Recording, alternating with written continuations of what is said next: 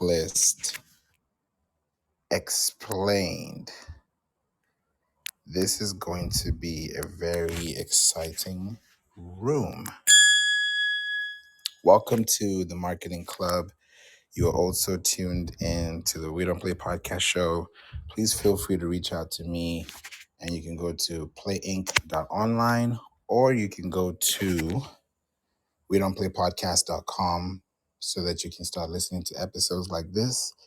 And also, if you like help with SEO as a business, as a consultant, as an agency, as a business owner, and you need help with your business, feel free to click the link above, and I'll be happy to connect you to a few places that you can actually enjoy, especially if you're in the mood of podcasting or creating a space for podcasting.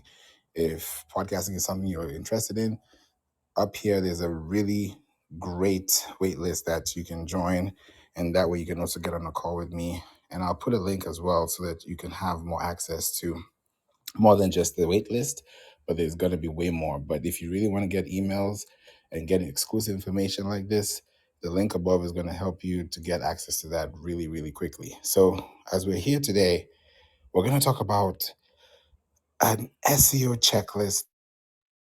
My podcast, let me just say this really quickly. The podcast, We Don't Play Podcast, has been growing. Right now, when I looked at the charts, we're in the top 93,000 out of 4.5 million podcasts total.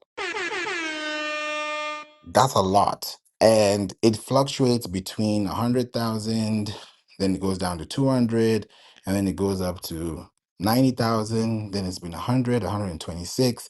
So since last week, the podcast has been growing. The We Don't Play podcast show has been growing, and this is because of SEO.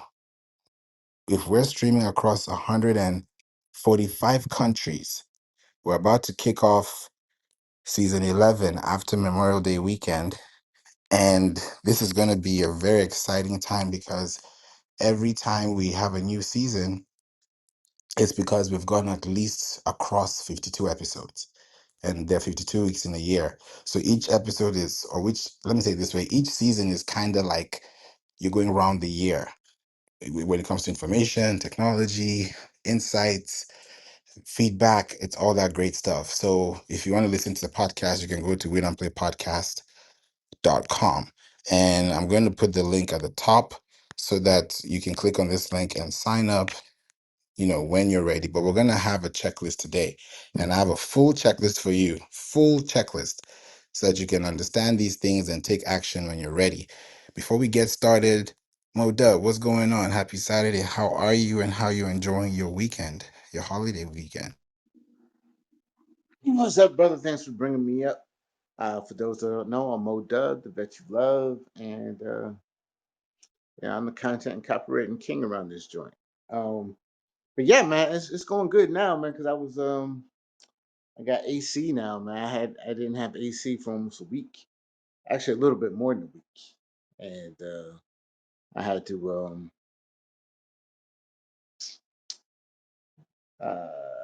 let's say get in somebody's ass to get it done. So So we got AC, we got some good stuff. Got some burgers and dogs and brats I want to put on the grill, and uh, probably gonna relax pretty much this weekend and get on the grind on Tuesday.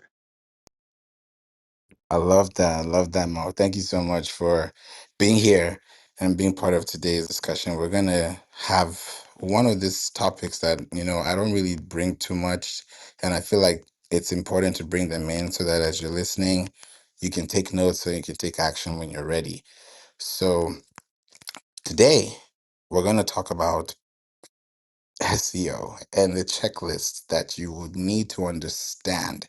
If you want to join the podcast waitlist, the link is available in the chat. If you want to connect, have a call, both accesses will get you to the calendar. So we have a checklist. Now we're going to cover 6 areas. We're going to cover the SEO basics, which you have to know, because if you don't know these basics, everything else that I talk about today is all, let me use this word, invalid. Because if you don't go through this basics as a business, whether you are doing it yourself, whether you're hiring me and my team, whether you're hiring another team, whether you're hiring whoever is actually doing it right now, if you have somebody that's actively in your team doing it, if they've done it, great. They need to always go back to the basics. We always go back to the basics, right? Because without the basics, we can't build the foundation, right? 1 plus 1 is 2. From there, everything else makes sense. So we're going to cover the basics. We're also going to cover keyword research. We're also going to cover on-page SEO. We're going to cover off-page SEO. We're going to cover technical SEO, and I'm going to leave that last because that's very important. Like the first one and the last one, if you don't know these two, it's like a hamburger. It's like a sandwich. If it's like a hot dog. If the buns are not together, it's not a hot dog anymore, it's not a sandwich anymore. So there has to be a connection between the two, and the first and the last one is going to be important. And then of course there's going to be content. If you don't have content, then that's the meat and potatoes. That's the meat in the burger. So you have to let people know what it is, but you also have to have the basics and the fundamental to make it happen, right? So make sure you share this room out, connect with your friends, ping your friends here, let them understand that this is going to be a topic that this holiday weekend, I felt like if I don't do this, it will be a disservice to my community. And I don't want you guys to be like, oh, we didn't know. There's no excuse now. Now we know because now we can actually make something like this happen. So feel free to stick around. We're going to be here for an hour and we're going to make sure we knock this thing out really, really well. All right. So here we go. When it comes to the SEO basics, the number one thing that you need to do as a business is this: set up. Set up, set up, set up. If you can't set up, you're set to fail. If you fail to plan, you plan to fail. Set up. What do I mean by set up? You have to create, and this is for anyone that has a website. You need a website to do this. You need a domain to do this. And if you have a domain, you need a website to create that experience, right? A lot of people have domains. You included, me included. We have domains. Some people have 10 domains, 100 domains, 2 domains. You may have one, but does that domain that you want to use have a website that people can land on and stay on? I was just doing a video for a client showing her the activity of how we track websites and clients to understand how people behave on websites. If somebody's clicking left, clicking right, are they clicking up, clicking down? Are they clicking in between? Are they adding to cart? Are they removing from cart? What are they removing from the cart if they're going to have to remove something? Like we see all those things because we want our clients to have clarity. When you're spending money and you're spending time, you need to be focused because when you pay attention to what you pay for, you get more results because you're paying attention to the details. So, one of the details you have to pay attention to when it comes to SEO basics is that you have to set up your website to Google Search Console and also to Bing Webmaster Tools. These two are non negotiable. We can't work if we can't do this. If you say no to this, then we're not the right people for you because Google Search Console and Bing Webmasters, and it used to be called Google Webmasters before they changed to Google Search Console, right? Or Webmaster Tools if you want to keep it generic. When you hear Webmaster Tools, that means it's a toolbox that is required for you to work something out. If your car is down, you need a toolbox to spin the wheels. You need something to make something happen, right? You know how they say you need to spend money to make money? The same way you can spend time and make money, you can do that based on how you spend your time. So that's why this time I'm spending with you is very important. So as you're spending time listening, because I know when people are listening, they're productive. I'm sure you're productive right now. You're probably doing something, driving, cooking, Mo is about to cook up a grill, having a great time. It's a Saturday, it's a weekend. So yeah, have a great time. Feel good, because this is like, you're not going to work, on your computer. Some of you may be, some of you may not be, but some of you will be when you hear this or want to try this or maybe want to connect after. So this information is important so that you can mark it and then also come back to it later. Make a mental note and then come back to it later. Your search console, whether it's from Google or Bing, this is the internet service provider. If you didn't have internet service, you would not be listening to this podcast. You will not be listening to this room if you do not have Wi-Fi service or mobile network service. That is a fact. You need to be online to be here. So let's just start there. Let's be very basic with this example. For you to be here listening, for me to be here, we both need to be online. If we're not online, we're offline. It's either or. So if your online customer is looking for you and you're not online, or you're not on their line, or you're not on their listing, then that means you're off the radar, you're off the surface, you're off the platform. You have a brand, you have a website, you have a business, but is it visible? Is it readable? Is it accessible? Is it clickable? Is it findable? And they're not looking for your business name, they're looking for a business solution. Your business name is a byproduct.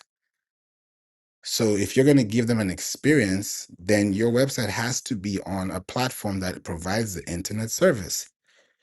So you have a domain, you buy a domain from wherever, GoDaddy, HostGator, Hostinger. There are many platforms you can choose from. When you buy your domain, the next thing after you buy your domain is to buy hosting. Hosting means that you are hosting your domain on a surface, on a platform, on a server. And that's why it's very important to think about where you put hosting. It's like saying, where do I build this land? I have $3 million and I want to build a home. Where am I going to put this on? What land? What structure?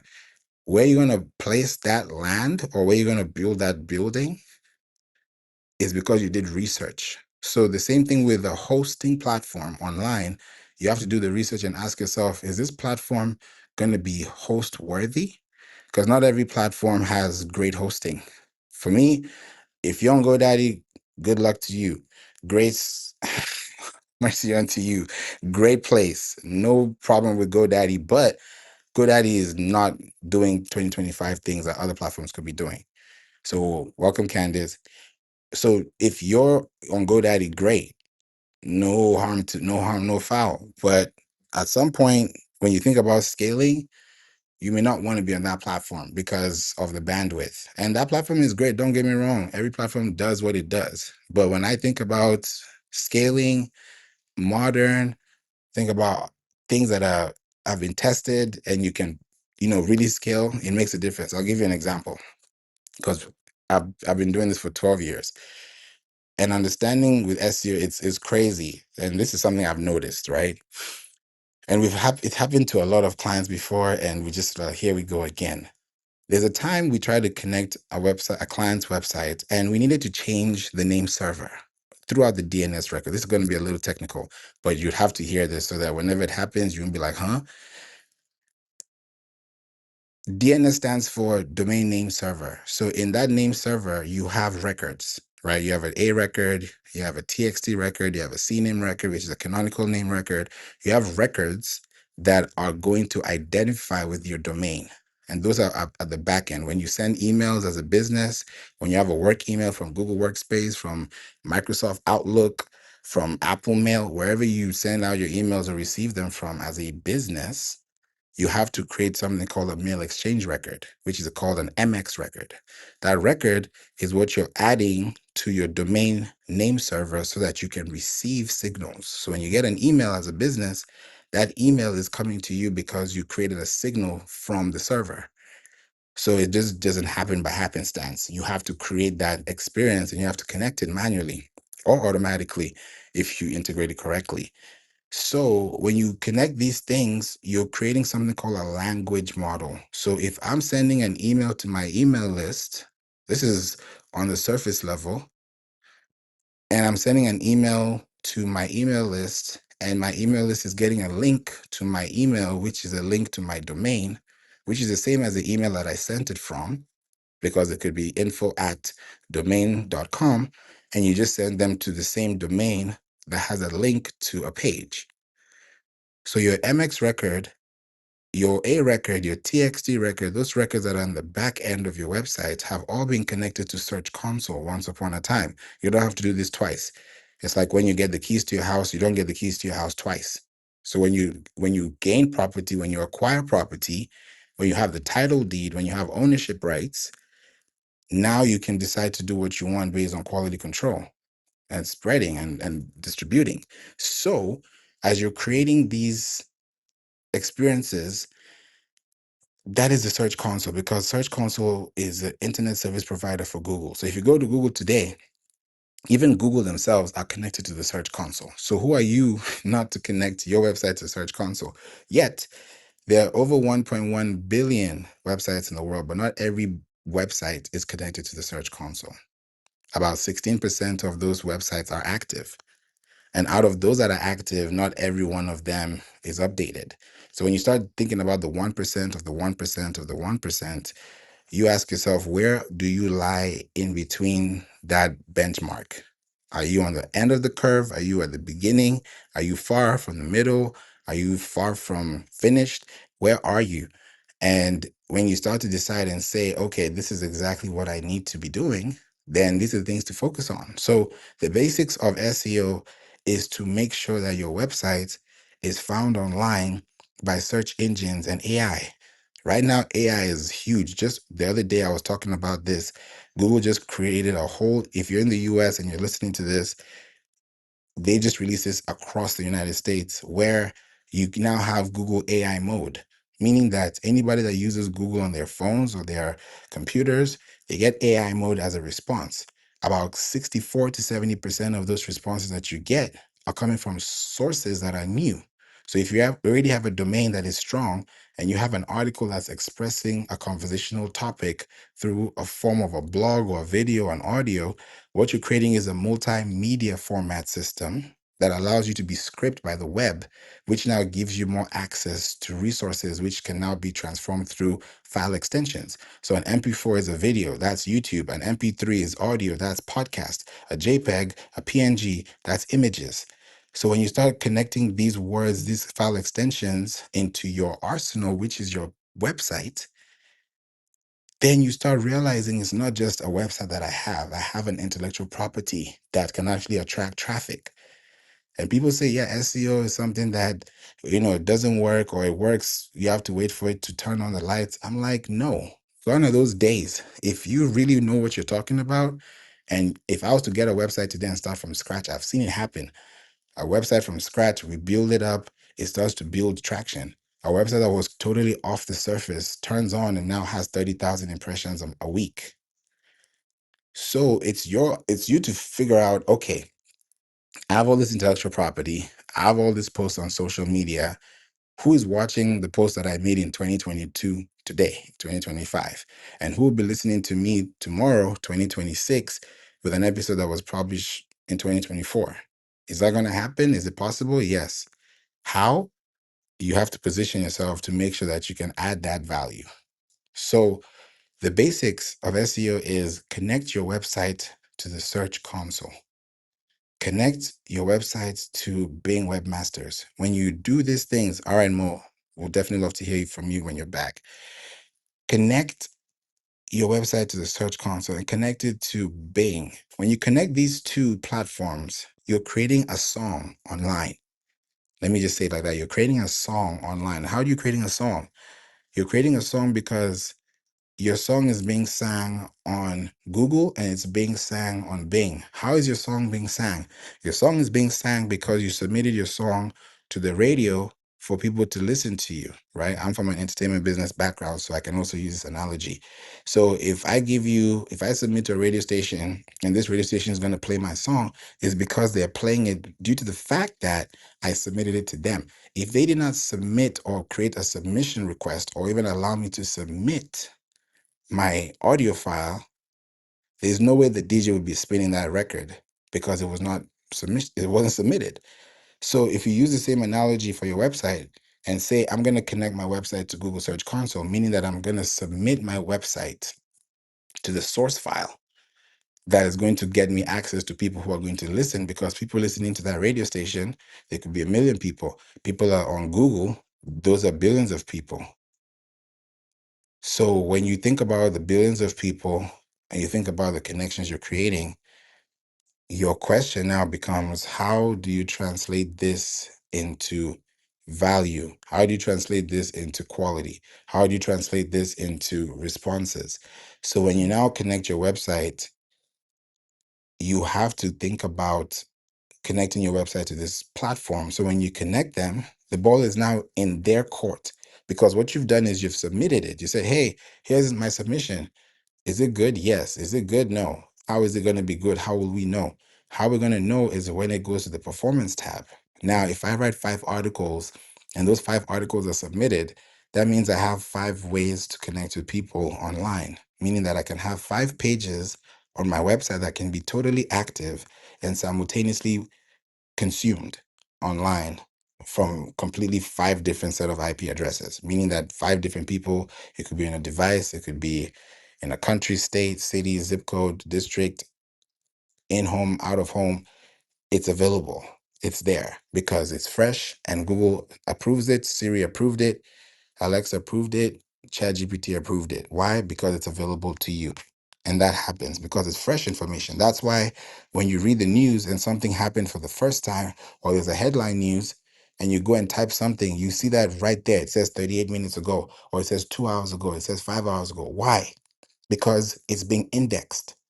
There's traffic. There's keywords. If I didn't type those keywords, I will not get to that search box. I will not even get to that results page. But because I'm getting to the results page, it's because I preset the condition that if somebody types this, then this is going to be the result. How?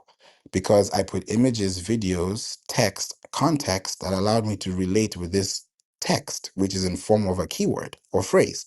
So when I start connecting my website to the search console and I start connecting these dots, the more pages I submit, the more traffic I get. It just makes sense. The more you put into your investment, the more you make your dividends from. You can't put the $10 and expect 1,000 or expect 1,000,000. There has to be a measuring stick. There has to be a yard of balance. There has to be an equilibrium. That's possible, but the chances of that happening are outrageous. But anything is possible. But at the end of the day, you have to tactically create the strategy to make it even a forecast in the first place. So SEO basics is handling that in a very robust way. Another thing you have to think about, and I'm going to add AI into this so that you can also see how important this is.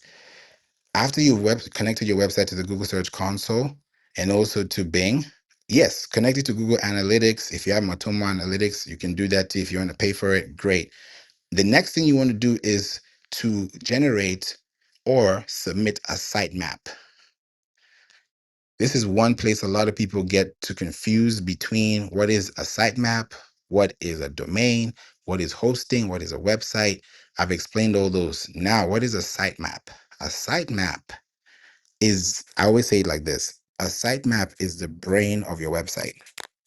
It's a brain. If you see a body without a brain, it's not going to be very literal with the example so you can actually see this because it's not far from what meets the eye. Sometimes SEO sounds like it's Greek, but it's really ABC if you really just connect the dots. Analogies, but very simple analogies to also look at. If there's a body without a brain, then there's no function of the body because the brain needs functionality from the body to react. So if your website does not have a sitemap, it means that your website has a body, which is the website, the domain, the hosting, the aesthetics, the buttons, everything looks clean, great. But the brain is missing. Why? Because there's no sitemap. Why?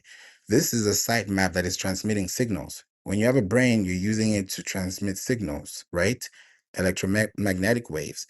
When you think about the neuroscience of the brain, right? There are things that are happening. So if you think about the same thing happening with your website is turning on a brain. Why? Why is it even a brain in the first place? Because the brain of the website has product links, category links, tag links, it has blog links, it has site links. And what are those links? Homepage, about page, contact page, product page, category page. This is a product description. Here's the image of the page. Here's the upload of the image. Here's the size. Here's the color. These are all attributes and elements that contribute to the fulfillment of that product. If you're buying a product and you don't know whether it's a size 5 or a size 7, you're not going to buy that product because you don't know the specification. You like that shoe, but you can't wear it because you don't know what size it is because it's not applicable or even visible to you. But when those things are available, the price, the size, the color, the everything is there in detail. It's easy for you to make a purchasing decision. It's much clearer. Money loves clarity, right? Speed loves clarity. You want to go this way? All right, this is the way. So you have to think about that as a website owner, as a business owner. So when you have this sitemap, that sitemap is a brain. And how do you fill the brain? You know, we say we are what we eat, right? You feed your brain with what? Books, studies, podcasts, coaching. These are things that you feed your brain on that give you empowerment because you learn new things every day. I always like to learn something new every day. So if you're doing the same thing for your website, how is your website learning something new every day? Because you're creating new website pages, and those website pages are talking about topics that people are asking. When you go to Google, why is Google popular? Because Google answers questions. So when you go to questions that people are frequently asking on websites like Google, like Bing, like ChatGPT, and you say, hey, here are the things that my audience always ask me about whenever they come to see me in a store, online, or just connect with my business. Create 5 topics per month that focus on the seasons and how we can also discover their solution as a business, providing them with blogs in form of topics that we can discuss. When you do that, you get topics that people are going to be asking these same platforms you are asking. Same difference. When you now get those answers, you now put those answers in form of blogs. You want to read more, you want to dive deeper, you want to read more, here are related products, click here, click here, click here. By the time people are clicking through, if somebody's spending an hour on your website and they've gone through 4 pages, they've gone through your product page, they've gone through your blog page, they've probably gone through your policy page, and now they're in your checkout page. That took an hour out of their day, or that might have been an hour they've split across the whole week. They're spending 10 minutes today, 10 minutes tomorrow, 10 minutes the next day, 20 minutes the next day. Before you know it, they've spent a whole hour. And now they're like, okay, this person is legit. I like their emails. I like what they stand for. I like who they are. I love their stand. I just love them. And okay, let's try them out. Then you try them out. They're actually more than what you expected. And then you start reading their articles, you join their group, you start traveling, meeting people. That's how people get to connect. It starts off with that seed. Keywords are seeds online. The same way words that we talk to people and we speak on are seeds. You speak to somebody, you tell them who they are. Those are seeds. You're talking and you're telling them because they're hearing, they're receiving it. So if your website has a sitemap, the sitemap has a brain. And because we connected those DNS records earlier, that's what the brain is transmitting: signals, keywords, phrases, images. Oh, okay, we have 5 blogs. Those 5 blogs are in the sitemap because there's a blog sitemap that actually transmits blogs to the web. So if somebody's looking for cake recipes, somebody else looking for turkey recipes, because there's a blog about turkey and a blog about cake, those are the articles that will show up on the search results because you have a library of information that is recent that somebody can actually see because you submitted it to Google. That's how you're able to create a sitemap. Now, when you create a sitemap as a website builder, whenever you have a website, if it's WordPress, you'd have to create a sitemap. It's not automatically generated. Now, a sitemap is automatically generated from like a Wix, from a Shopify, from a Squarespace. You can automatically get a sitemap. And how do you know your sitemap? If you've never seen it, if you have a sitemap, it will be your website.com or dot whatever it is. Like my website is www.playinc.online/sitemap, one word, SITMAP dot XML. XML stands for Expandable Markup Language. What does that mean? You're opening up the source file of your website. And every website has a sitemap. Any website you see that is on Google, any website you hear from Siri, any website you hear recommended from Alexa or from ChatGPT or from Google, wherever you go on the web, those links that you are getting referenced to or linked to are because they had once upon a time been submitted to the index, meaning that they were submitting their websites to those algorithms to make sure that they're within those libraries of context, that if somebody searches for something, you find it. Just like you go to your Microsoft Word and you hit find, you're looking for a word in your document, that's how you're found. That's the same thing and the same concept that happens on the cloud server, on the web, on the World Wide Web. So if you want to be part of the World Wide Web and get this right, these are some things to think about as a business. So I want to go into copy and I want to go to you, Modub, and ask you this. When it comes to copy, because we've talked about the technical, how people see things, but if they're reading things and it doesn't make sense to them, all these things I'm talking about are going to be relevant because it has to have an emotional connection. There has to be a logical and a clear explanation. So how does someone also achieve that, knowing that this is also one of the important things to handle as a business? Oh, okay. Good question. So one of the things I'll say with your copy, right, and your content is less is more, right? And what you want to do with that is you want to start every sentence with a verb or an adverb, right? Because that's an action word. It helps them with their skimming or whatever.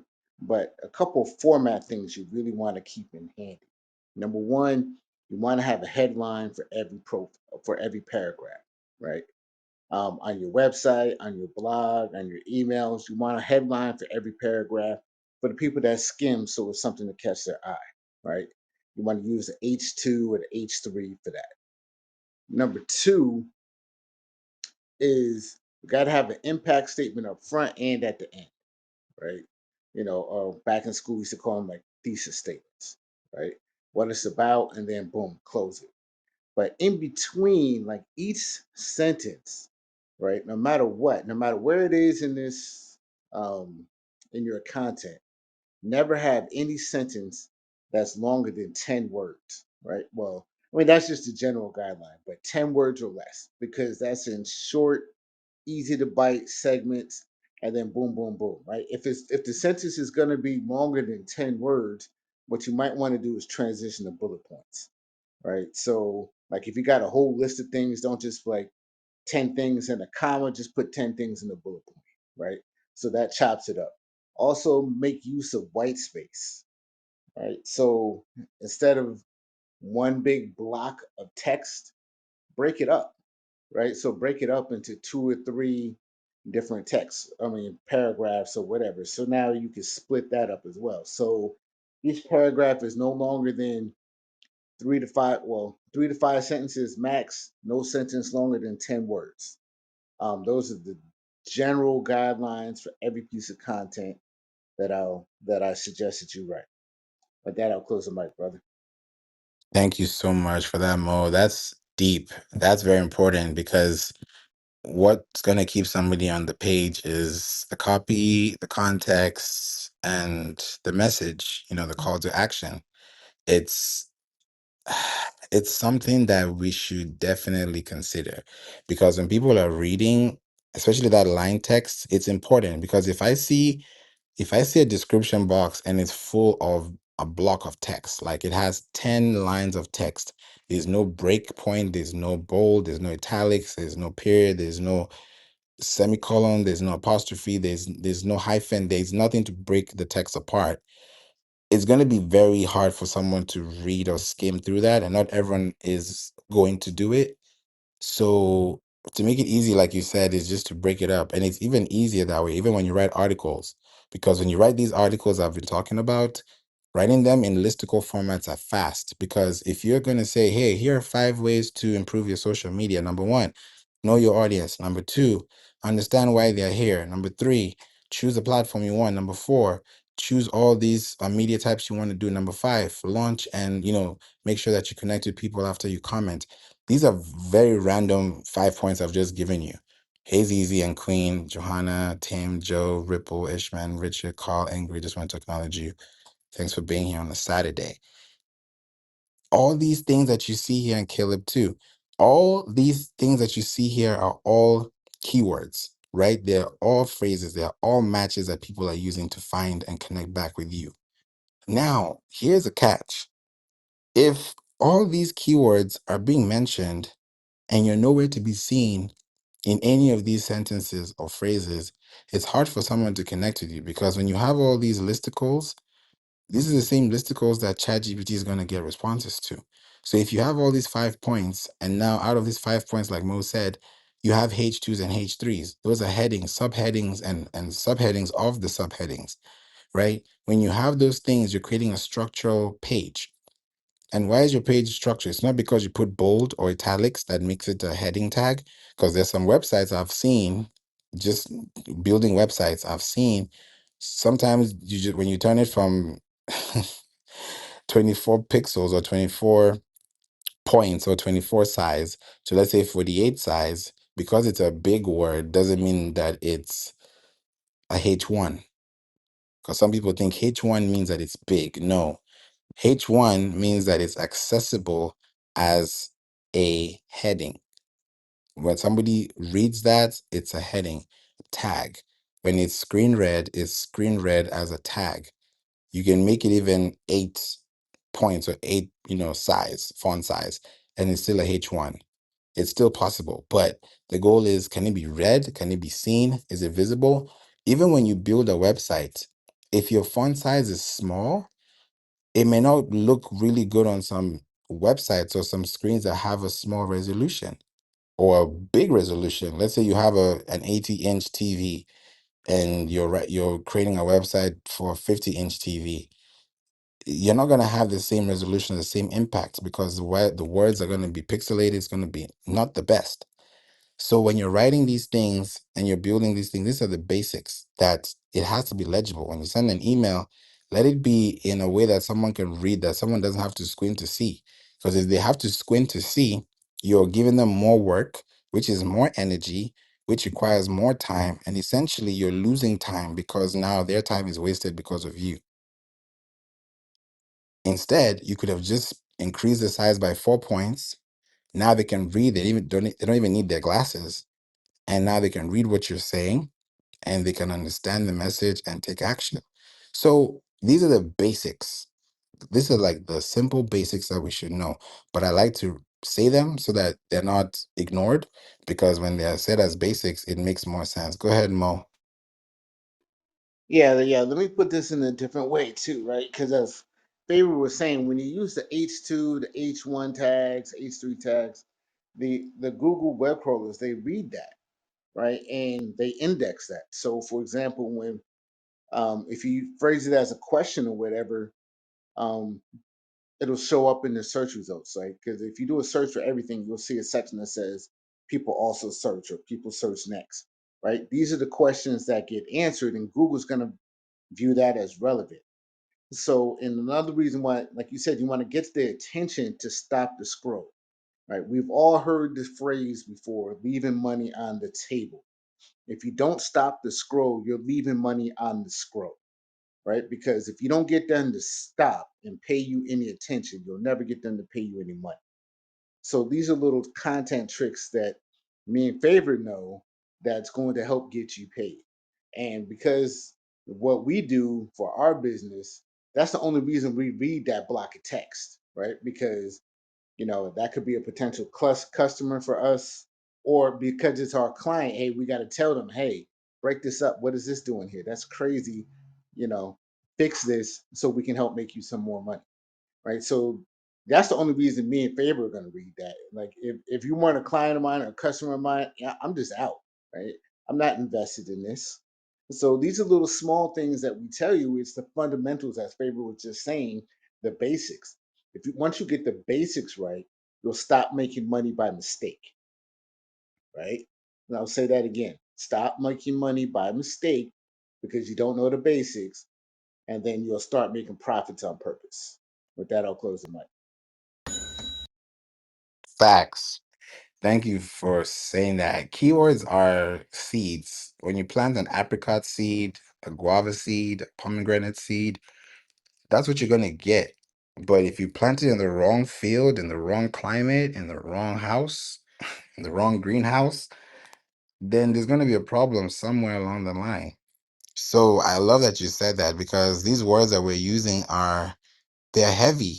There are some words that actually have weight. Like if I say this word will carry more weight because it's more common, or it's more popular, which even a perfect segue is going to the second part of the SEO basics and the checklist, which is keyword research.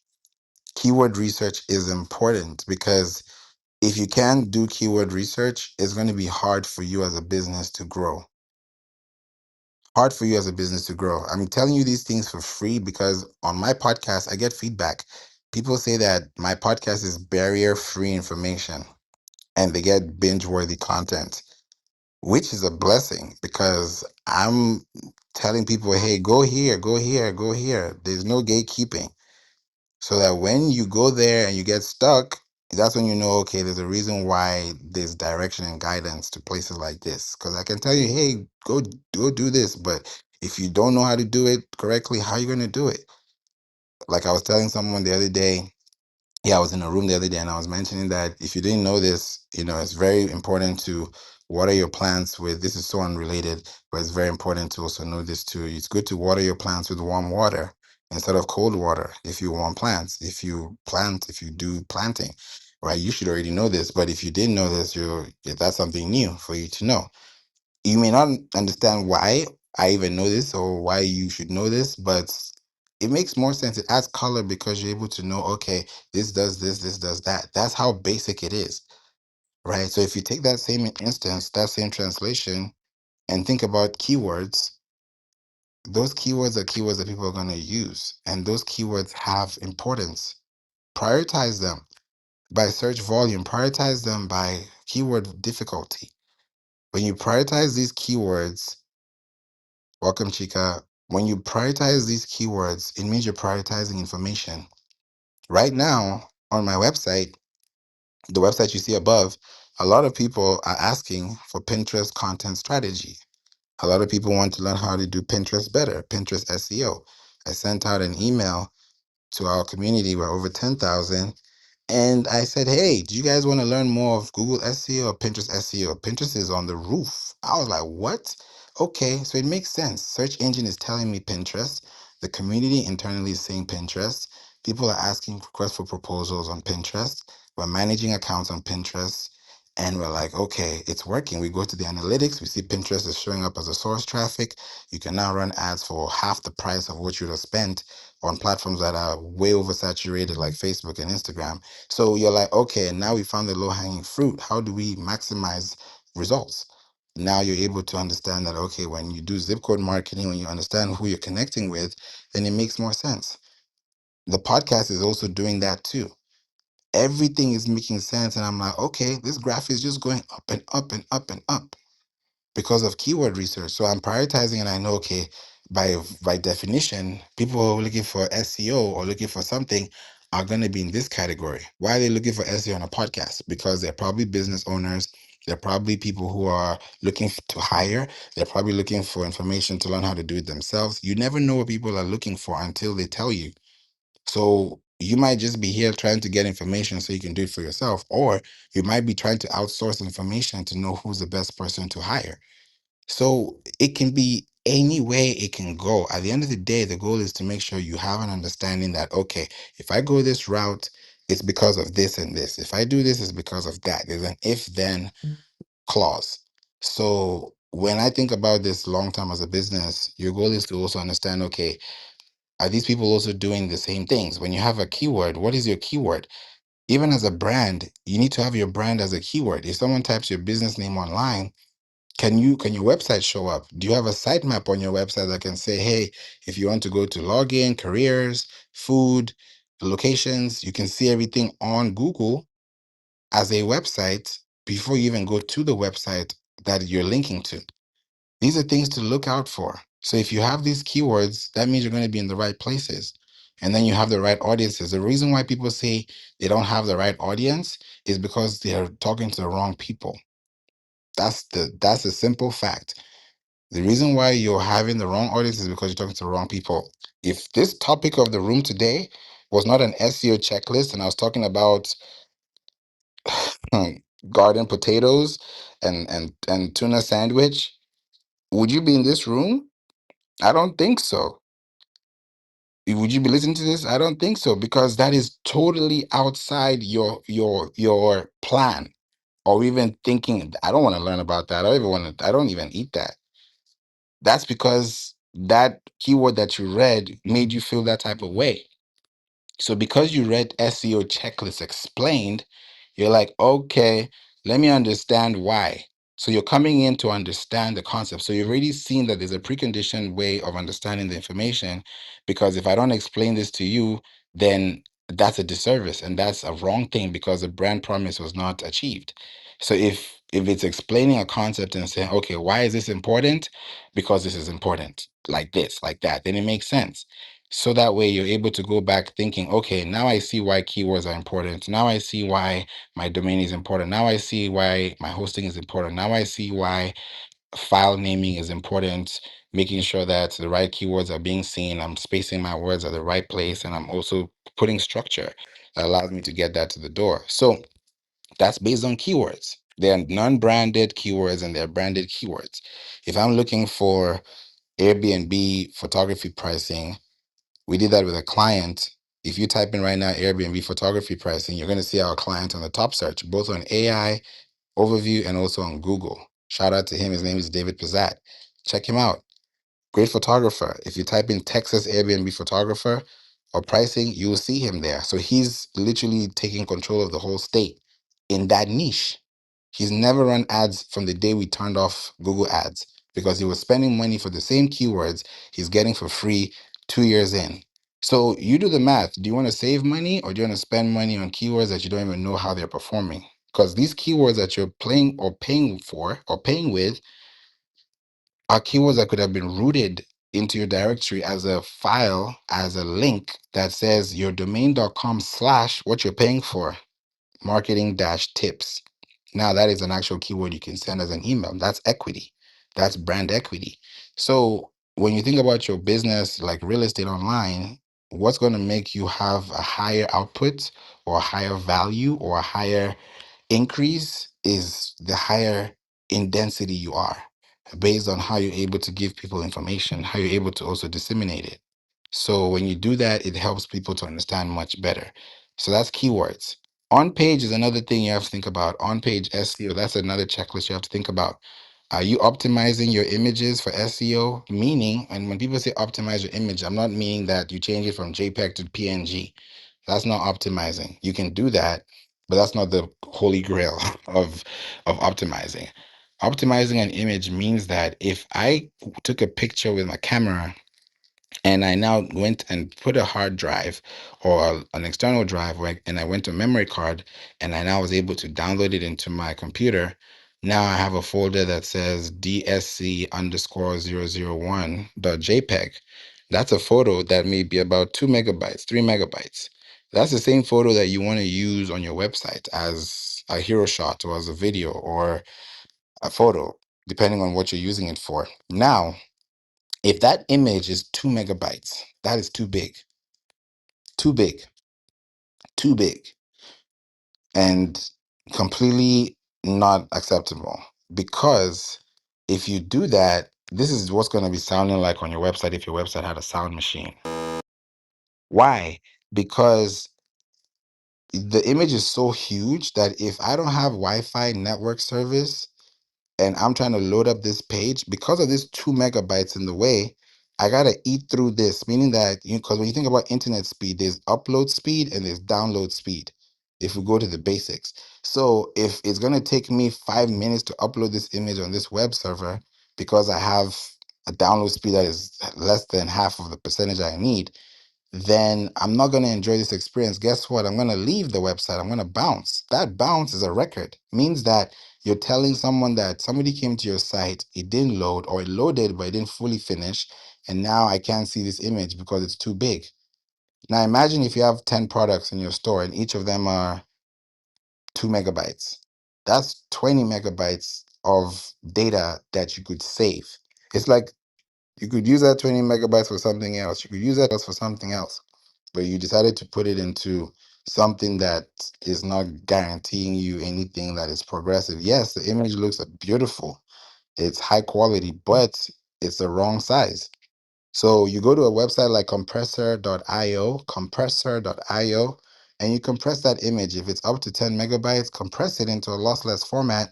That 2 megabytes is going to turn into 400 kilobytes, 600 kilobytes.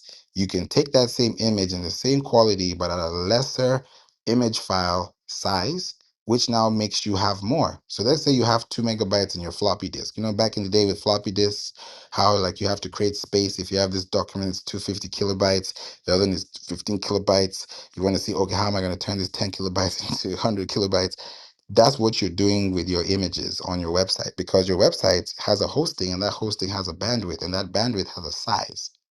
So if you're going to clog up the size with images that are going to take a lot of space, you're slowing down the bandwidth and the speed of your website, right? So how to optimize that is make sure you have pages that are fast. Faster pages lead to faster reactions. Faster reactions lead to faster checkouts, faster opt-ins, faster, right? So when you optimize your images, meaning that you recompress that, so by the time you compress that image, now it's less than what you put in, and now it has more value because you're able to have it at a faster rate. You rename that file with the keywords. So you can't do on-page key SEO without keyword research. That's why I'm doing this SEO checklist from the basics to keyword research. Now we're on page. Because on page, you have to optimize the images. If you're uploading products, if you're uploading your profile picture, if you're uploading images that you want to use as AI or whatever it is, stock images, they're all going to have an image file name. And all those image file names that you're submitting are going back to where we started in the beginning, going to the sitemap. So that sitemap is going to be important because everything you're submitting to the sitemap is technically the brain of the sitemap. So the more images, the more links, the more videos, the more things you upload, the more that you're able to put in. If you put in your LinkedIn, your link, your Facebook, your Twitter, your or X, your other websites, your corresponding pages, and you're putting that on your website, you're technically telling Google when you submit it to the index that, hey, I have these links, and these links are available for this reason. And because they're available for this reason, please index them in that way. So that's something that really gives you long-term benefit as a business when you think about on-page SEO. Think about internal links. I've just talked about external links. External links means that you're sending people away from your website. So if you're sending them away from your website, people say, oh, I don't want to send people away from my website. Well, you can do that, and you can send them to a website link that you are featured on, or you can send them to an external link, which is a product link, maybe that you're featured on another page, or you could even simply send them to your social media. That's an external link. Why? Because somebody's clicking away from your domain to another domain. They're leaving your domain.com to linkedin.com. That's like house jumping or house hopping, right? If I move from this tab to this tab, it means I'm moving from this house to this house. So anytime you look at your tabs on your phone, if you look at tabs on your desktop, those are houses you're in. If we really think about it, those are houses you're living in. Why are you living in those houses? Because you're active, because you're live, because you're clicking, because you're reading, because you're scanning. That's live web activity. That's what's going to guarantee that person. So anytime your tabs are open, indirectly you're telling somebody that this page is relevant, that I can't close it, which is giving somebody else more watch time, which ultimately increases their chances of ranking, because now that average time increases, and that also allows them to get more authority and space on the web. So I'm just giving you very basic examples so that when you think about these things, when you hear them, you're like, oh, okay, that makes sense. Okay, now I see why this links to that. So it's something that you also have to look into as well.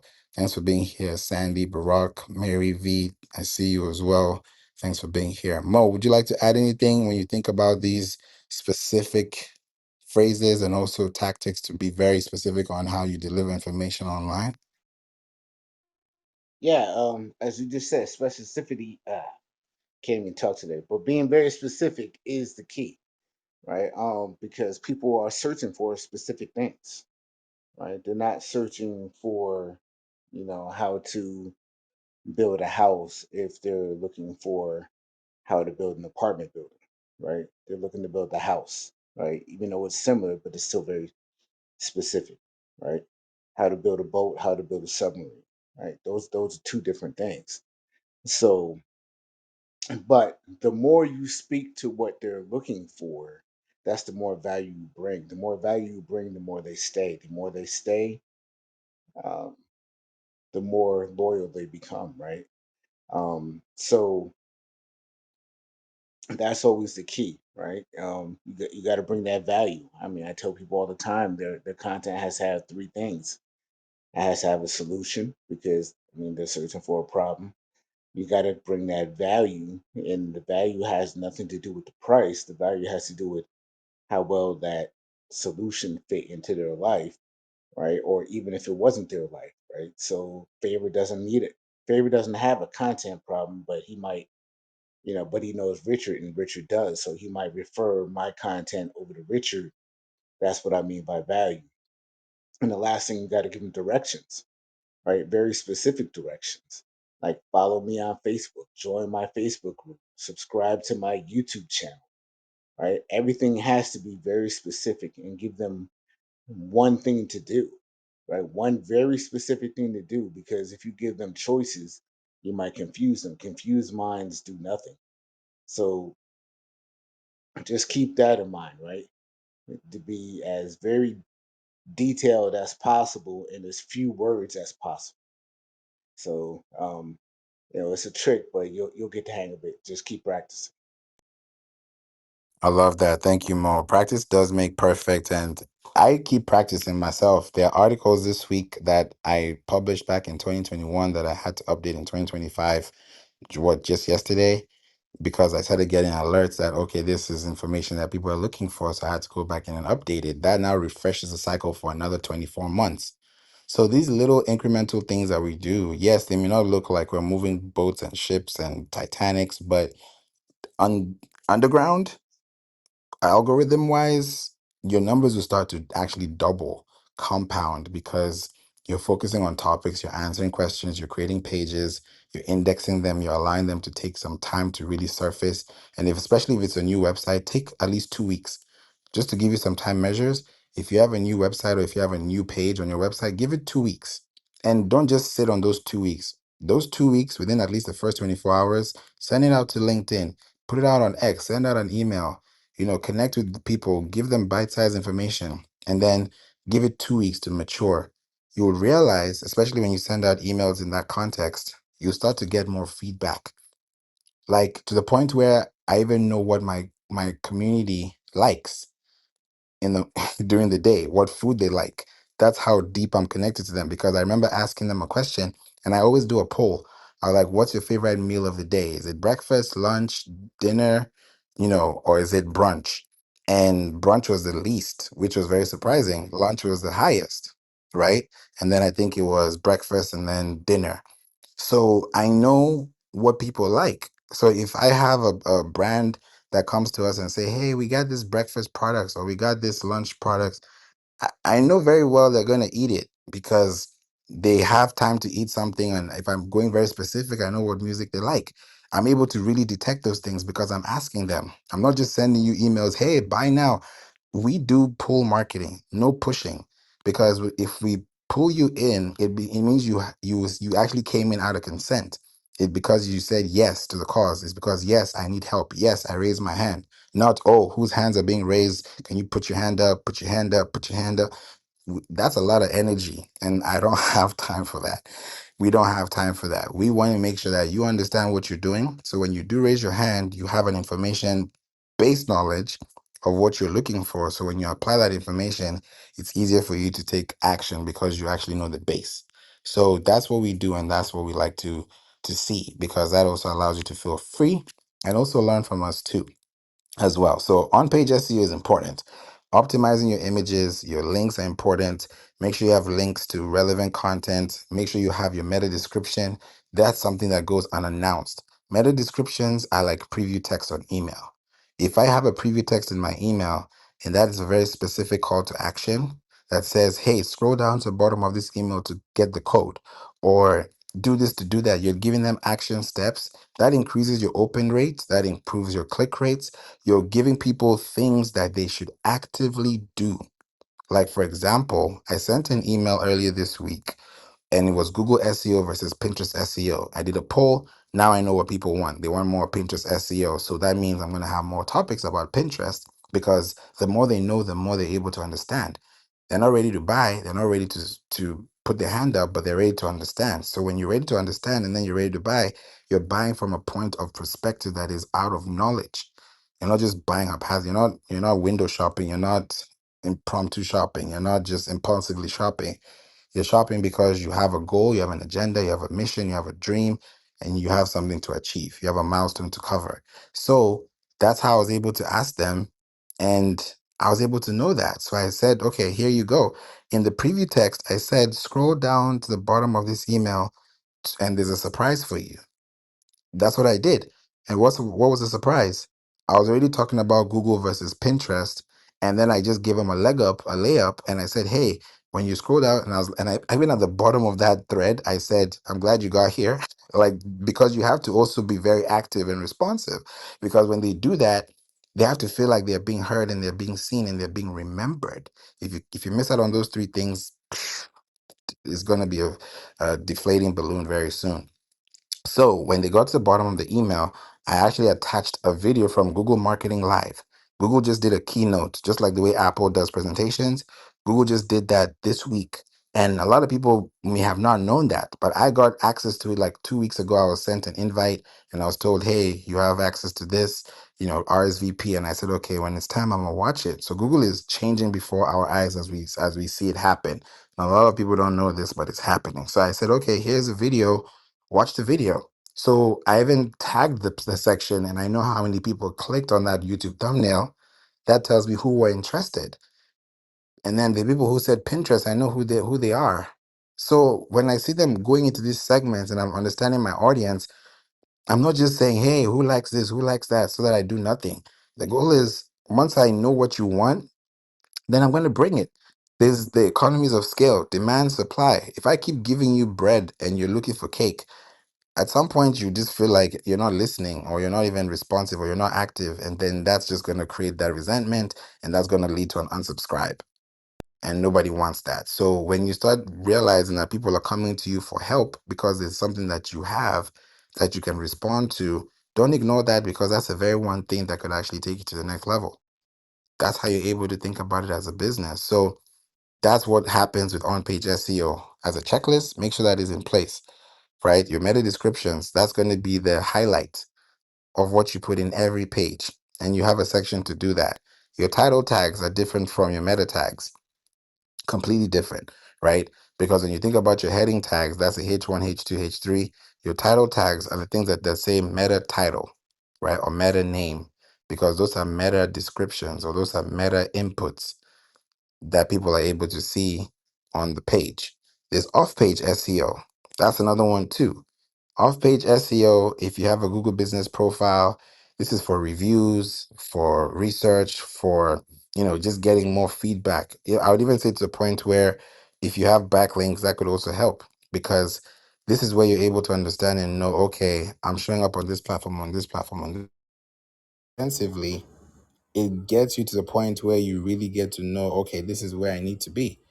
Sometimes people say, oh, because I'm a service based business, how can I get reviews? You can.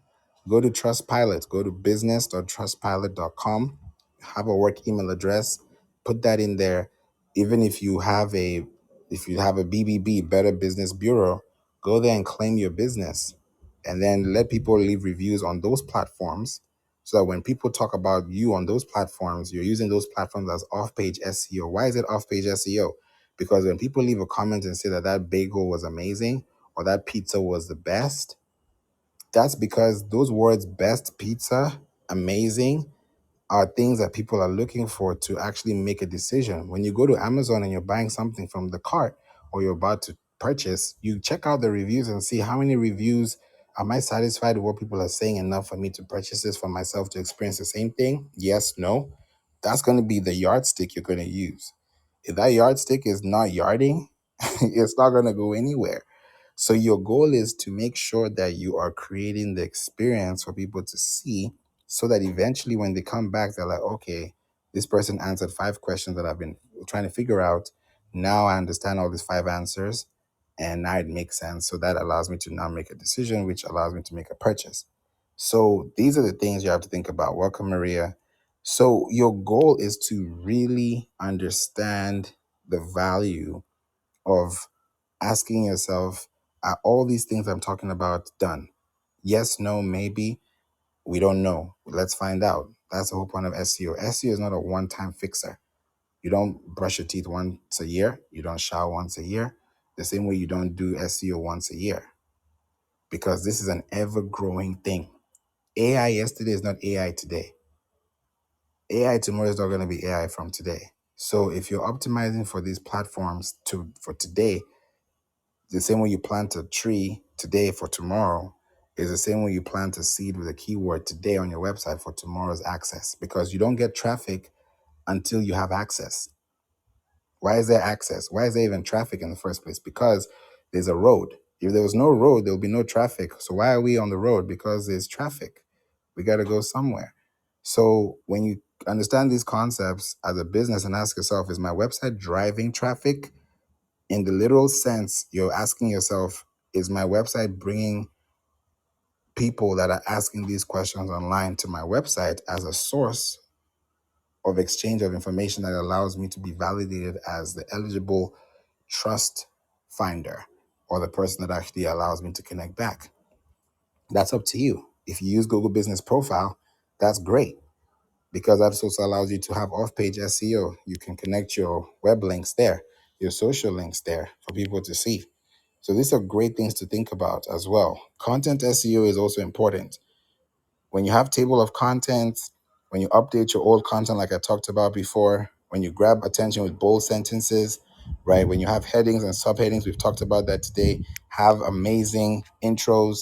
Those are things that are very important to look out for, because when you talk to people and you're connecting with them as a conversation as opposed to talking at them, they'll feel like you're connecting with them. If somebody's talking at you for 5 minutes, at some point something's gonna snap. It might not even take up to 5 minutes. You're probably gonna have been snapped from inside.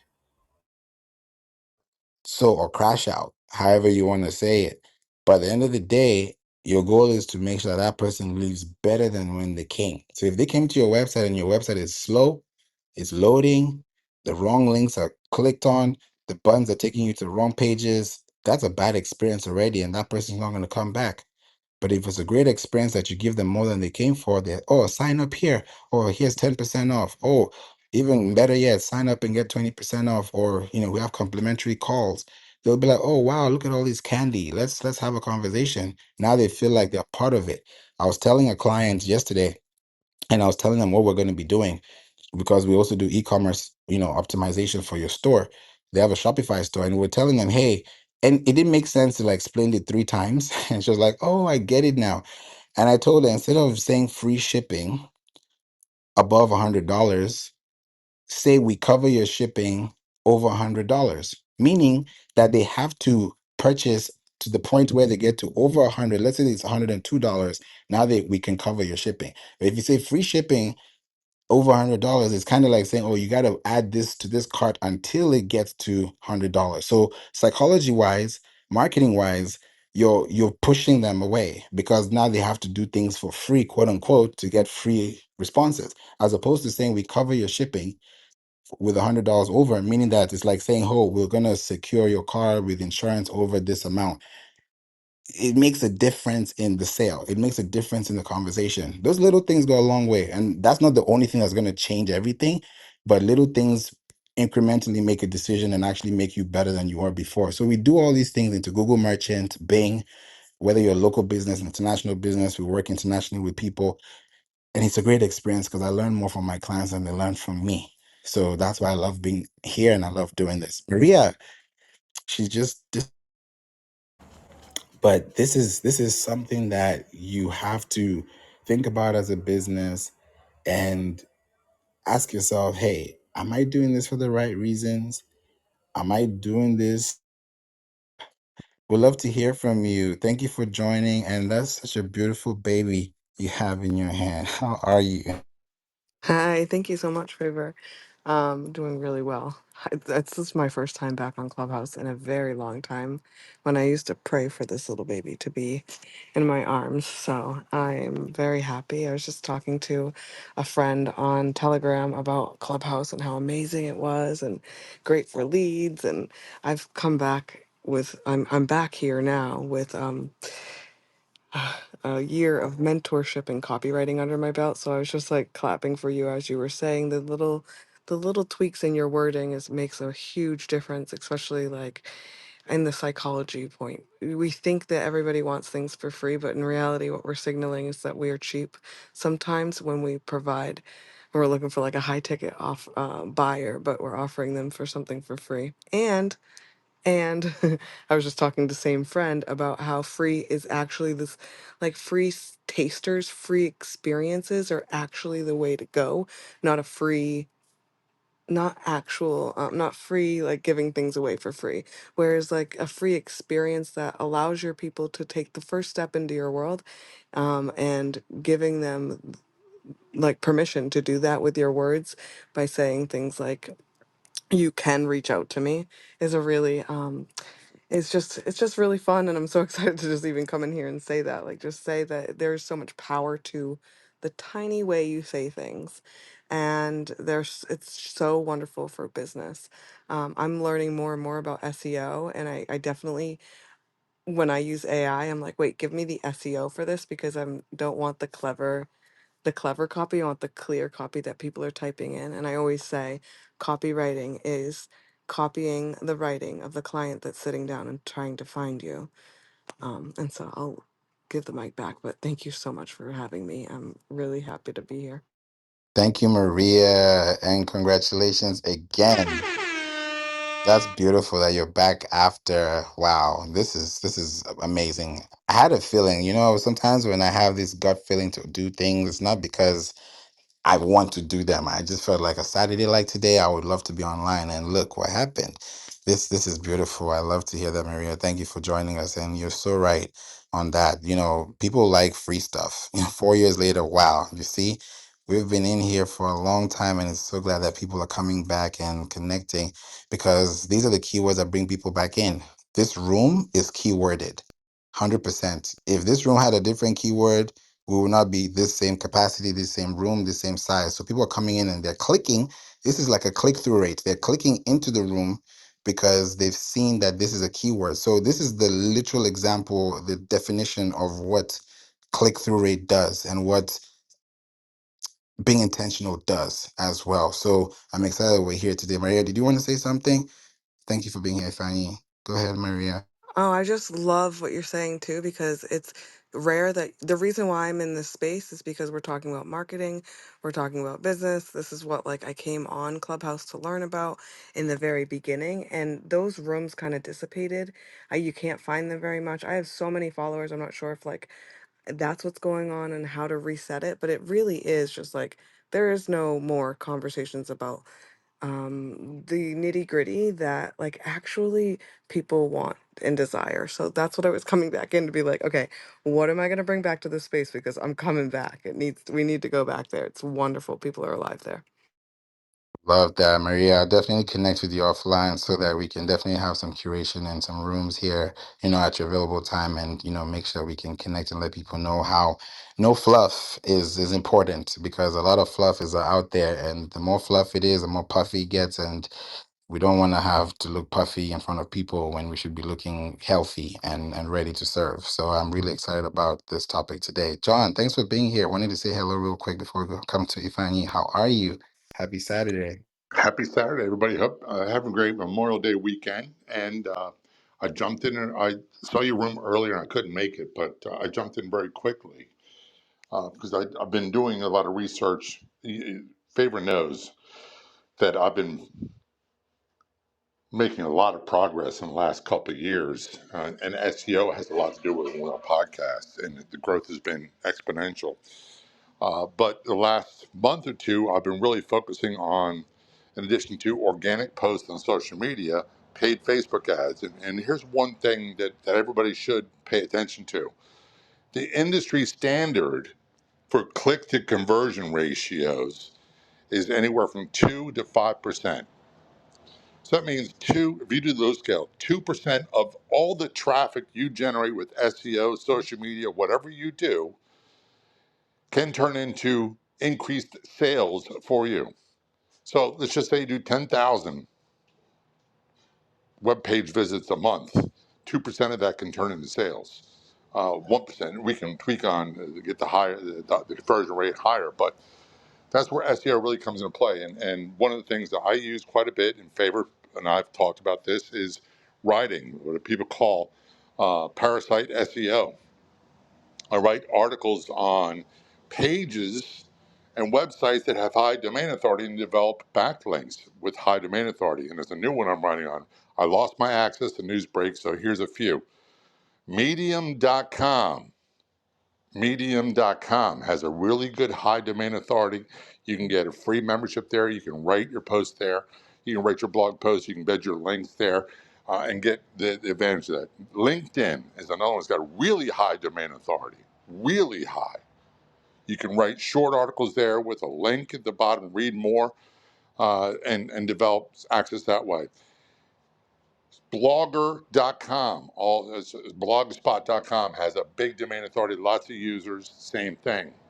And here's one I've been doing recently, and I don't know if I haven't talked to Favour yet about it, that you can check out.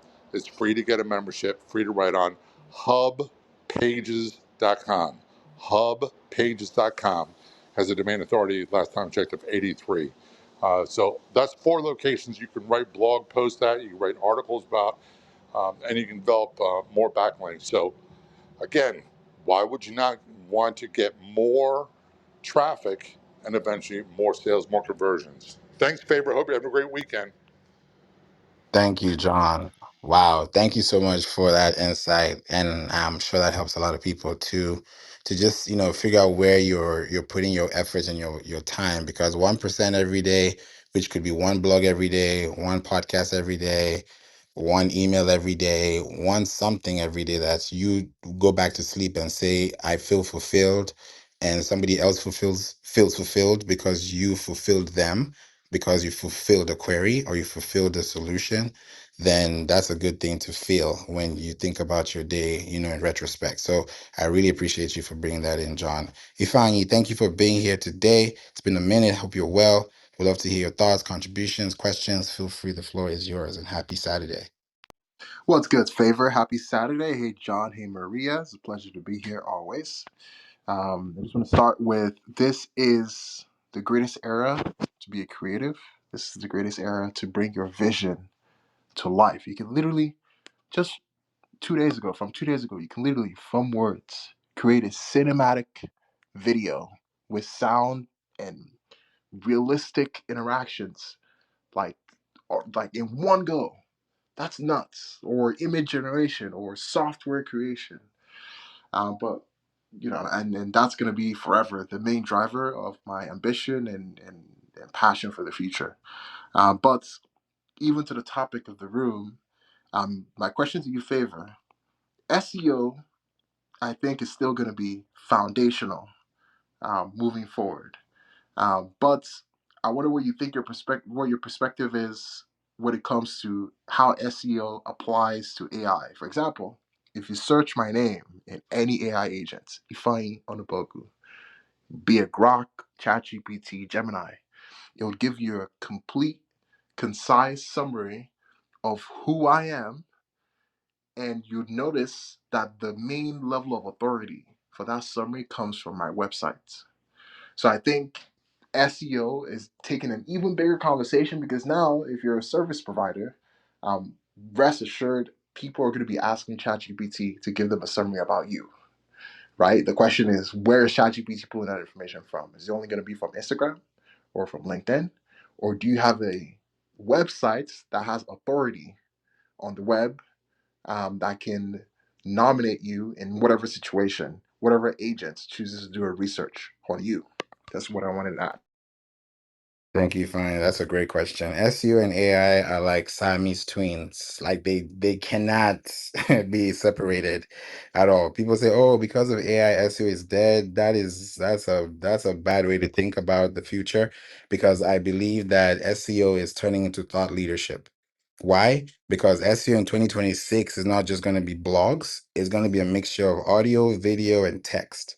So if you have a podcast, you're in the green. If you have a YouTube channel that is connected to a website that actually generates traffic, you're in the green. The reason why ChatGPT, DeepSeek, Kimi, Perplexity, Harper, any of these platforms that are using AI to either have agentic searches or things that are going to be related to what you do is highly going to be based on your structured data. And that's why it's coming from your website. We even have a client who we started with them last month. They had zero traffic on the web, zero. They connected their website and everything, but it was zero. And they have a very great, amazing brick and mortar location. They do bariatric surgery in California. So it's like, okay, you guys have a location, people show up, but it's fine. But the reason why we need to fix this is because when they're asking DeepSeek or ChatGPT for bariatric surgeon near me, who are they going to refer to and who are the people that we're referring to? So we had to create author pages on the site that we can submit so that when Google or ChatGPT or Siri is asking or answering these questions, it's coming from a structured data standpoint. That's why schema is important. Yeah, people may say schema is not important, but if I have an event Who says page, that? So they needs to be knocked or something. They need right? to be banned. That part. Because schema is literally markup language. Like if I'm talking to you in English and my English sounds like an encyclopedia, as opposed to it being just an ABC workbook, there's going to be a difference in response to what you're saying or how you respond back. So if you just have connections that allow you to be very structured based and you say, okay, this is an event page, this is the date, this is the link, this is the price, are there reviews, this is a product, this is a recipe, this is an FAQ. These are structured marked up languages. You can even ask ChatGPT to give you a markup language format of this thing and say, hey, give me a JSON key, format of this, and you put it into your website. These are things that I'm telling you for free that people are paying for, but it's not just a plug and play. Everybody can connect their phone to the charger and plug it on, but it's not everything underneath that's going on that you're aware of. So that's why I don't want you to just say, oh yeah, it just happens because you can just do it. Yeah, you can do it. Everybody can turn on the TV, but it's the way you do things that's going to affect the way things happen. So the same thing that Ifeanyi just talked about now with those structured pages, the reason why ChatGPT or any AI platform is referring back to his website is because your website has structured data. If your website was off today, ChatGPT will be looking for a third-party source to give the same information that is not enough or quantifiable to get you the same experience or response that you're getting. So in today's world, it's even more important. Even AI mode that just got released to the whole US just the other day, about let's say 48, 72 hours ago. Now that it's available, the new pages that AI mode is also moving are pages that are new. So if you wrote an article in 2023 and it was updated in 2025, that means you have your update to a 2025 edition. So if Google or ChatGPT asks a question and answers your link in the description box, that's because you have an updated feedback page that allows you to still stay credible. That's why I always say it's easier and faster to upload blogs and publish them at a faster rate so that later on in life, later on in the year, you can go back and just manually do it. So the hard work is in the beginning. You know how they say do the hard things first before you get to the easy things? That's SEO. You do the hard things first. You make sure you lay the foundation. You make sure that people get to know who you are. What is your about page saying? What are you talking about? Do you have a platform that people can connect you to? Do you have third-party sources that off-page SEO, on-page SEO we've talked about today that you can still be connected to? If not, then these platforms will be hard for you to get into. There's something called Google Learn About. You can Google it. It's called Google Learn About. And ask Google and ask if Google learns about you and put your business name or put your business, mantra or put in just your own name and see if Google learns more about you or it will tell you what they've learned. How they'll know what they've learned about you is how much you've given them. Too much is given, much is required. So when you create a space on your website for people to connect back to you, It's because you're giving them a space for them to respond back. So to your question, Ifani, today's world, SEO is more important than ever, because if anybody is being responded to on ChatGPT or Alexa or Siri or even on Google AI mode, it's because they're coming from a source, and that source is a website. And if that website is not structured, then you can be first place. You'll probably be somewhere around the place, but you'll not be in position to actually be the person of reverence or even reference to get that feedback that people are going to look for, because now it's even tighter than before. It's no longer 5 or 3. You have to literally be in that top one, because Alexa may give you 5 options because you asked for 5 options. Are you part of that 5? If not, how can you be part of that 5? So there's some things to look out for and build out on that actually makes you to be in that top search. So it's a big deal, and it's a big question that requires a good answer. And Ifani, I hope I was able to answer your question.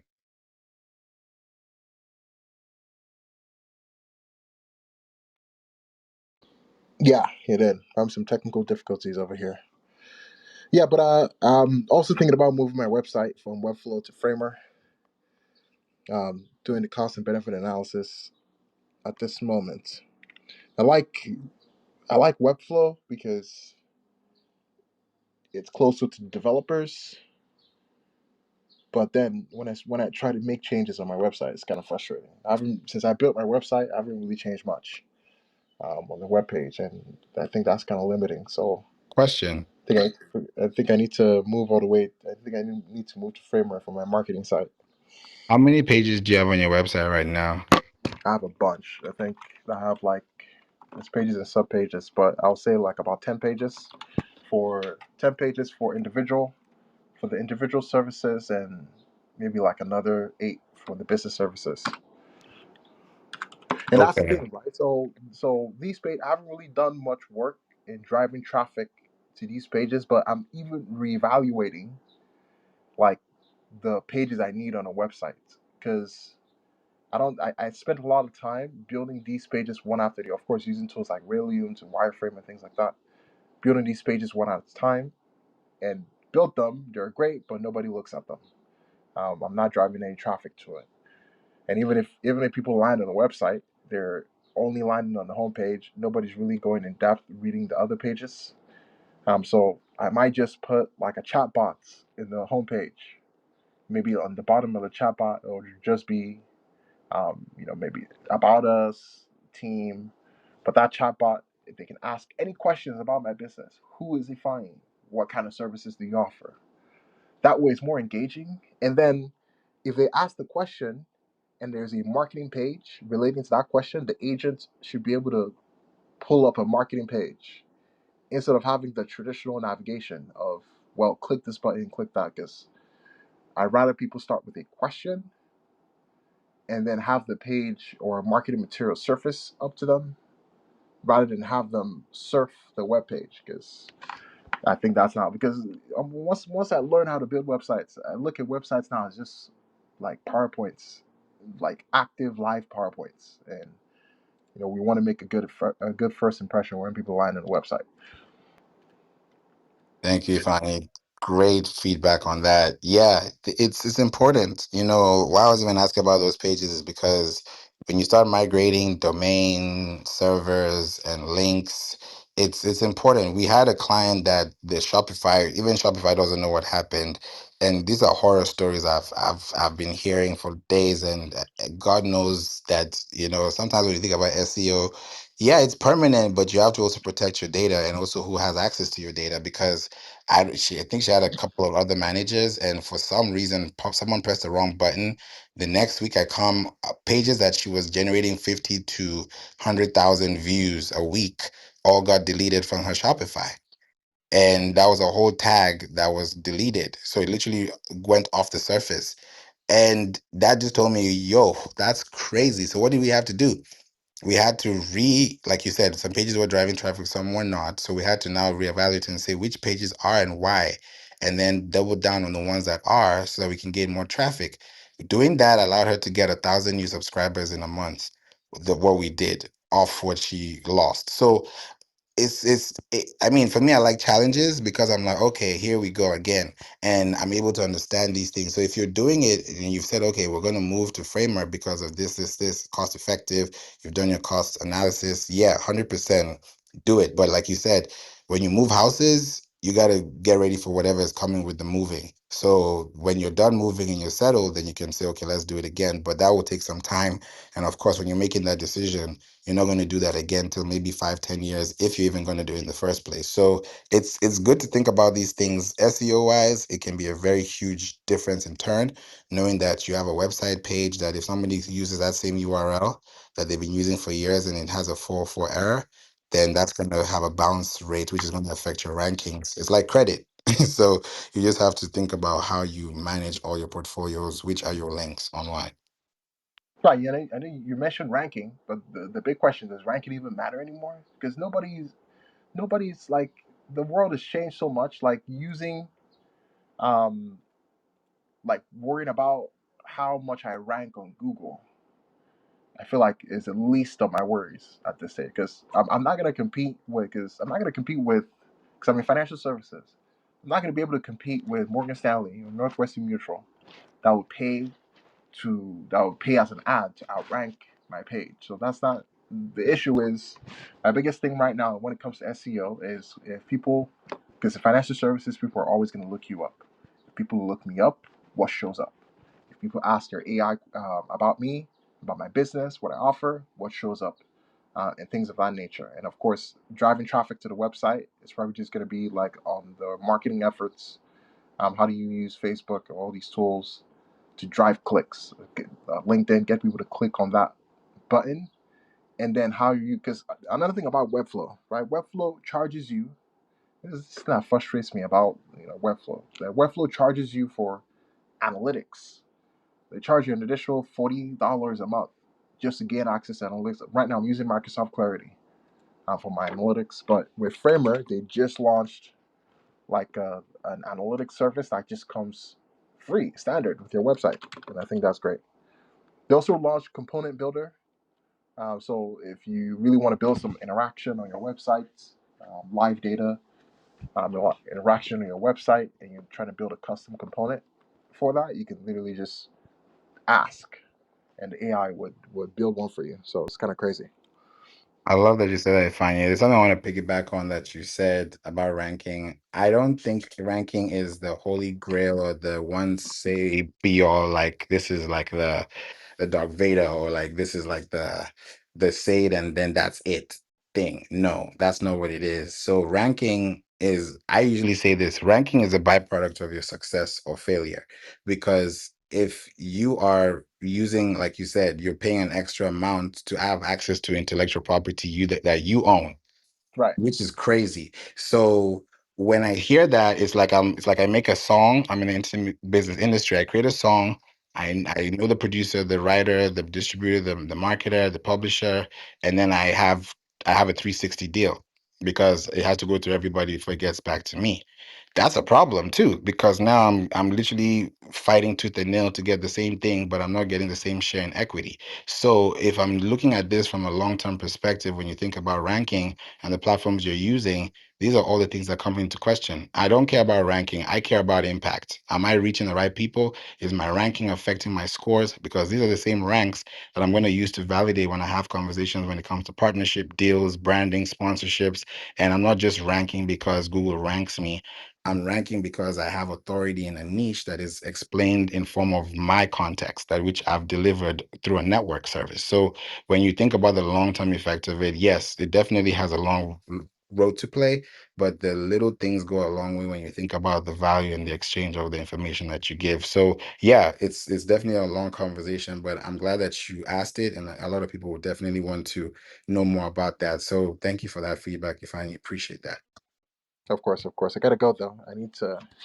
I'm building software right now. Oh my god, like the Let's shit we're doing go. today, like it was literally impossible to just even a year ago, even just a year ago.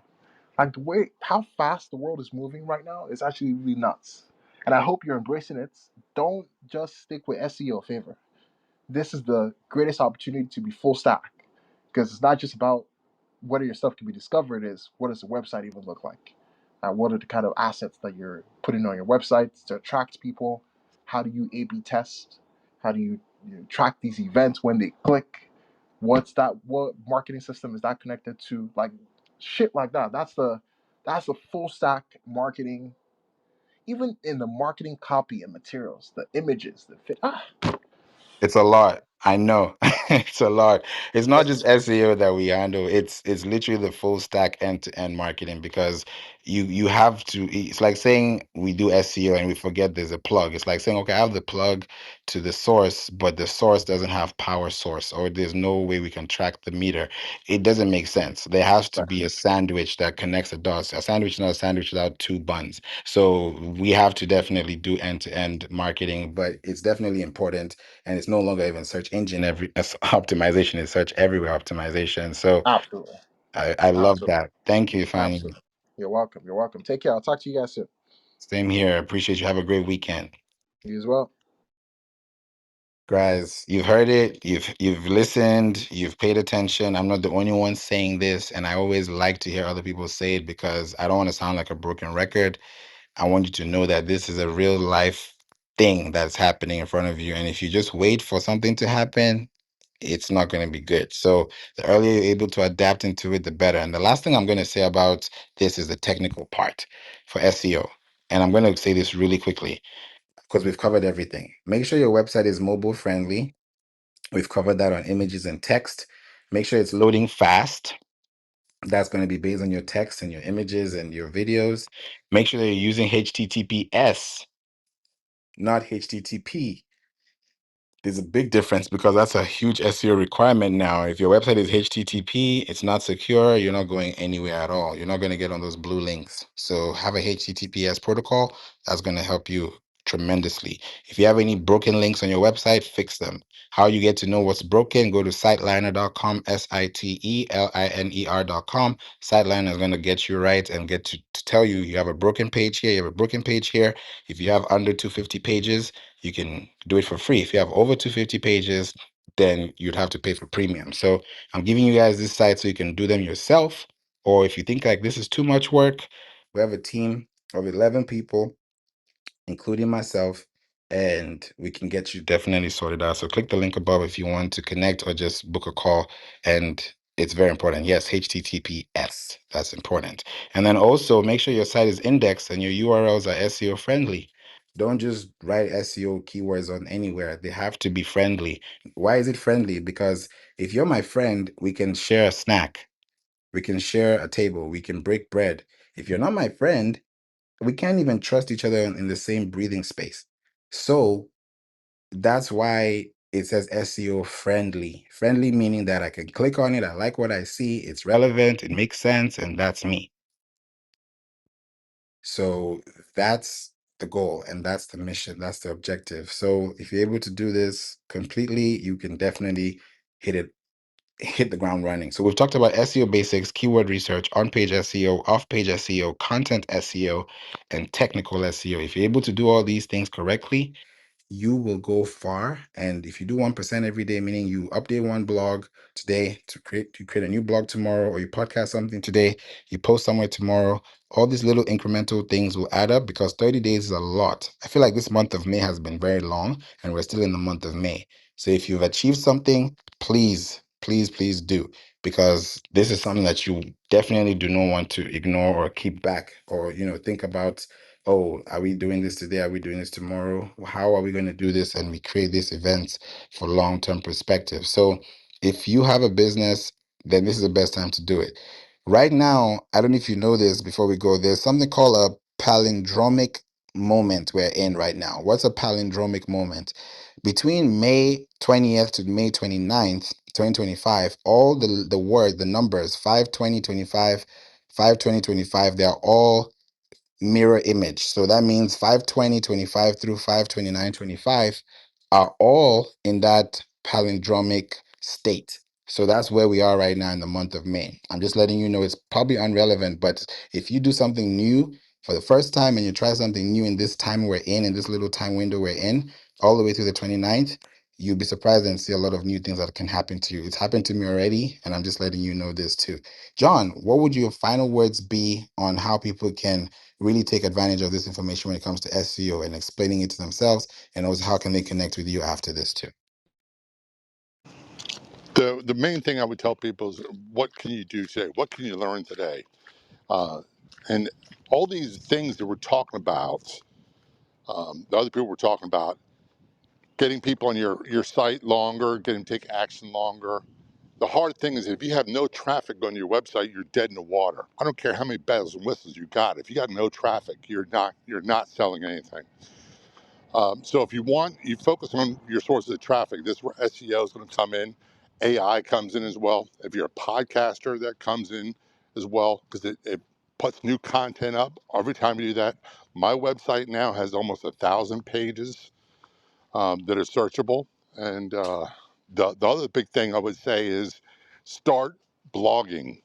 Start blogging on your website and then find other locations. I talked about it earlier, like Medium, LinkedIn, uh, blogspot.com or blogger.com, and hubpages.com, and start developing backlinks. So increase your chance of being discovered. And blogs have a tendency to, you can do a blog, art, then maybe they're called a blog, but you can do an article that can last 2 years and deliver traffic for you for 2 years. Traffic is the lifeblood of your business. So figure out what you can get started with and get started doing that, and then work your way up. Thank you. Thank you so much, John. That is so true. Yes, traffic, and I can also say sales is the bloodline of your business. And if you have those two, traffic and sales, you'll always be in the go, green light, cash flow positive, and you'll have a great time online because people are actually there. If you have a business and it's profitable, it's because you're helping people solve problems. That's the only way you're in business. And I love that we talked about this today. So thank you, John, for being here. Ingrid, Richard, A really Barack. quick Yes, favor. yes, John. Are you going to be doing your Breakfast with Champions on Monday Yes, I will morning? be there on Monday morning, 7 a.m. Central. Cool, because I'm going to do a thing on paid Facebook ads and about traffic and what kind of traffic you can generate and how you can do it at low ball efficiency. Man, it might be right at perfect time to do Pinterest right as a follow up. Yeah. Okay. Perfect. Thank you for letting me know. I will put that in mind and I'll make sure that we have that on Monday for sure. Because running ads on Pinterest is a beast and you can make so much money on Pinterest if you're doing things correctly. And yeah, it's definitely something to work on. Tracy said I'm triggered by the cha-ching sound I ran to my phone to the sale that didn't come in. Wait, don't say those things. It's gonna come in because take off the last part of that sentence because it's coming. You just have to position yourselves. Positioning equals to sales. So that's something that we can definitely tap into. So wow, great topic today. Great conversation. I'm glad I did this, and I hope this helped you understand how to explain checklists. Because when you understand the checklist, it's much better for you long term. So thank you, John, Ingrid, Richard, Barack, Sandy, Okbe, Tracy, Sack Black, Johanna, Carl, Tim, I appreciate you all for being here. Thank you, Johanna. I see you in the chat. If you have any questions, feel free to click the link above and book a call with me. Let's have a 30-minute conversation, talk about what you need, discuss pricing, scope of work, deliverables, action steps, roadmaps, because it's a project that you have and it's a project that has a requirement, has a deadline, has a milestone, and we take that very seriously. So we hope to connect with you, connect with your team, with our team, and make the teamwork dream work. If that makes sense, make the teamwork dream work, meaning that, teamwork makes the dream work, meaning that if you work as a team with us and we work as a team with you, then there's nothing to worry about. Two makes a happy place. There's always two to tango. That's why they say it takes two to tango. So for you to do that, you have to be dancing in the right steps. You can't have two left feet. So you have to do these things correctly to make sure that they work out for you. So appreciate you. Have a blessed Memorial Day weekend. Enjoy yourselves, and I look forward to seeing you soon. I'm going to have a swim, enjoy myself in this weather. It's hot right now. It's almost like 95 degrees in Houston, Texas. So I'm about to have a swim and have a great time. Love you all. God bless you. Take care. And I'm going to see you guys on Monday in the Breakfast with Champions room.